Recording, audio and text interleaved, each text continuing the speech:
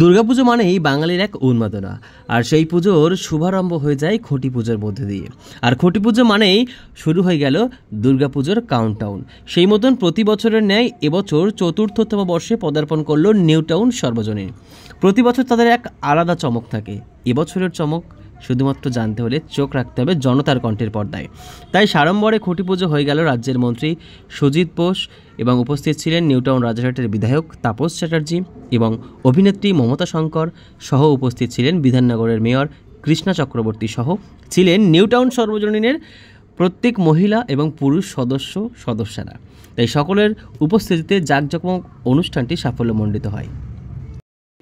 প্রথমত বলি যে নিউটাউন সার্বজনীন দুর্গা উৎসবের আজকে খুঁটি পুজোকে কেন্দ্র করে আমি কৃষ্ণাদি, তাপস চ্যাটার্জি স্থানীয় বিধায়ক, মমতা শঙ্কর থেকে শুরু করে বহু বিশিষ্ট জনেরা এখানে উপস্থিত হয়েছেন। আমি সবাইকে শুভেচ্ছা জানাচ্ছি। পুজো খুব ভালো করে হোক। আর এখানে অনেক মহিলাদের উপস্থিতি, আর মহিলারা এই পুজোটাকে অর্গানাইজ করে। আমি মহিলাদের অনেক ধন্যবাদ জানাচ্ছি। মাতৃশক্তি হচ্ছে সব থেকে বড় শক্তি। দুর্গা পুজো খুব ভালো হোক, শুভ হোক, আমার শুভেচ্ছা রইল। যে কোনো বাঙালি তার এদিকটার দিকে তাকিয়ে থাকি। এটা ঠিক যে আমরা রাজারহাট, তার একটা 400 বছরের ইতিহাস আছে। পুরো গ্রামীণ রাজারহাট আজকে নিউটাউন রাজারহাট। নিউটাউন আজকে প্রায় ভারতবর্ষের সেরা শহরের মধ্যে একটা। তাহলে নিউটাউনের যে এমিনিটিস আছে, সুযোগ আছে, বড় পুজো করতে গেলে যে ধরনের বিষয়গুলো লাগে, পরিকাঠামো লাগে, সেটা নিউটাউনের আছে। আগামী দিন নিউটাউনও বড় পুজো করবে এবং আমরা মনে করি আন্তর্জাতিক খ্যাতি সম্পন্ন শহর যেমন নিউটাউন, আন্তর্জাতিক খ্যাতি সম্পন্ন দুর্গাপুজো হবে নিউটাউন। এটাই আমাদের লক্ষ্য, এটাই আমাদের আদর্শ। আগামীকাল সেটা হবে এবং আমরা বেঁচে থাকতেই সেখান থেকে এবং পশ্চিমবঙ্গের এই পুজোর আকর্ষণ একটা আলাদা। সুজিত দা শ্রীভূমি তো একটা দুর্দান্ত পুজো করে। আমি শ্রীজাত শ্রীভূমির ভক্ত। আমি ইয়ার্কি মেরে বলেছি যে একদিনের জন্য বিরাট কোহলিকেও শূন্য রান করতে হয়, একদিনের জন্য উদীয়মান ব্যাটসম্যানকে সেঞ্চুরি করতে হয়। নিউটাউন সেঞ্চুরি করে তার জায়গাটা নেবে এবং এটাকে এবং আমাদের এই পুজো তারও মাত্রা বেড়েছে। অলরেডি পশ্চিমবঙ্গের সমাদৃত পুজো হিসেবে আছে। এতে এত মানুষ, একটু কয়েক বছর লাগে স্ট্যান্ড করতে। আমি শ্রীভূমি পুজো হতে দেখেছি।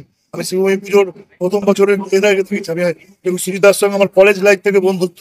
আমি এটা চোখের সামনে দেখেছি। একটা পুজোকে আমি নিজে পশ্চিমবঙ্গের বড় কালী পুজো করি। কালী পুজো স্টাবলিশ করতে একটা সময় লেগেছে। একটা সময় ছিল আমাদের প্রতিবন্ধকতা করে পুজো করতে হতো। আজ নিউটাউনে যে সুযোগ আছে, আমরা জানি আমরাও পুজোটাকে শ্রেষ্ঠ পুজো করবো।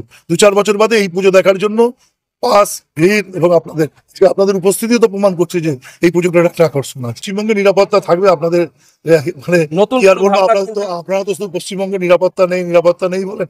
আপনারা তো আর উত্তরপ্রদেশ দেখেন না, আপনারা তো আর অন্য কোনো জায়গা দেখেন না। হাজার লক্ষ কোটি মানুষ পুজোর সময় আছে, আজ অব্দি নিরাপত্তার অভাব ঘটেনি। সবাই মিলে এই বিষয়টাকে রাখা হবে। আপনারা আছেন, বাঙালিরা নিজেদের নিরাপত্তা রাখতে পারে এবং পশ্চিমবঙ্গ সরকার সচেতন। যতদিন মুখ্যমন্ত্রী মমতা বন্দ্যোপাধ্যায় আছে, এটা মডেল, এটা নিয়ে কোনো বিষয় কিছু থাকবে না। নিরাপত্তার ব্যাপারটা 100% গ্যারান্টি। মহিলাদের নিরাপত্তা পশ্চিমবঙ্গে না থাকলে কোথায় থাকবে? আপনার এটাতে মেঘালয় বা অন্য জায়গায় থাকবে যেখানে মহিলাদের বিভক্ত অবস্থায় বিষয়গুলো করে। এইটা নিয়ে কোনো কথা হতে পারে না। পুজো মহিলারা ছাড়া কোনো পুজো হতে পারে? আজকে মহিলারা, আমি তো আমার নিজের ক্লাব, আমার প্রিয় ক্লাব, সে ক্লাবে মহিলারা ক্লাব কমিটিতে আছে। আমার মেয়ে মানে ক্লাবের বিষয়ে 1 বছর সেক্রেটারিও হয়েছে। মহিলারা ছাড়া পুজো হতে পারে না। পুরুষ মহিলা আলাদা করছেন কেন? আমরা সবাই মানুষ, আমরা যে কোনো বিষয় হতে পারে। আমার মনমান ক্লাবের কার্যকারী কমিটি গেছে, আমরা প্রস্তাব করেছিলাম কার্যকারী কমিটিতে কোনো মহিলারা আছে। এটা কোনো প্রশ্নই হতে পারে না। মহিলা রাজ্যের মুখ্যমন্ত্রী একজন মহিলা, আমাদের এখানকার মেয়র একজন মহিলা, আমাদের আজকে সারা পশ্চিমবঙ্গের 50% প্রধান হচ্ছেন মহিলা। 1/3 কর্পোরেশনের হচ্ছেন মহিলা ছাড়া হতো। সাংবাদিকদের মধ্যে তো খারাপ মহিলা নেই, অনেকগুলো মহিলা আছে। মানে মমতা ব্যানার্জি ইমপ্রেশন। হ্যাঁ, তো অবশ্যই এটা আমরা পছন্দ করেন না। Thank you. পুজো, এবং এটা সব থেকে বড় হচ্ছে যে মহিলারাই তো পুজো, মহিলারাই পুজো করে, পুরুষদের পুজো করে না। কেমন লাগছে আপনার কাছে এটা? আমার কাছে সত্যি এটা গর্বের বিষয়। এবং আজকেও যদি আপনারা দেখেন, এখানে কৃষ্ণা চক্রবর্তী ম্যাম ছিলেন, মমতা শঙ্কর ম্যাম ছিলেন, সবাই এখানে এগিয়েছিলেন। তাদের সঙ্গে স্টেজ শেয়ার করা একটা বিরাট গর্বের বিষয়। এবং আমরা অনেক বছর ধরে নিউটাউন সার্বজনীন দুর্গোৎসব সমিতির সঙ্গে যুক্ত আছি। তাই যখন ওনারা বললেন যে আমাদের খুঁটি পুজো প্রোগ্রাম, তখন আমার মনে হলো যে এটা তো আমাদের বাড়ির পুজো, এখানে যদি না আসি তাহলে কি হয়। তো প্রথম ডাকেই আমরা এখানে পৌঁছালাম এবং খুঁটি পুজোর প্রোগ্রামটা সত্যি খুবই ভালো ছিল এবং আশা করছি যে এই বছর পুজোটা আরো বড় হবে এবং আরো মানুষ এখানে আসবে এবং আরো রোজগার বাড়বে অনেক লোকেদের, যারা এখানে মেলা বসায়, যারা এখানে স্টল দেয়। কারণ এই পুজোর সময় হচ্ছে তাদের জন্য এমন একটা সময় যেখানে ওরা হয়তো 3 মাস 4 মাসের টাকা একবারে মানে তারা আর্ন করতে পারে।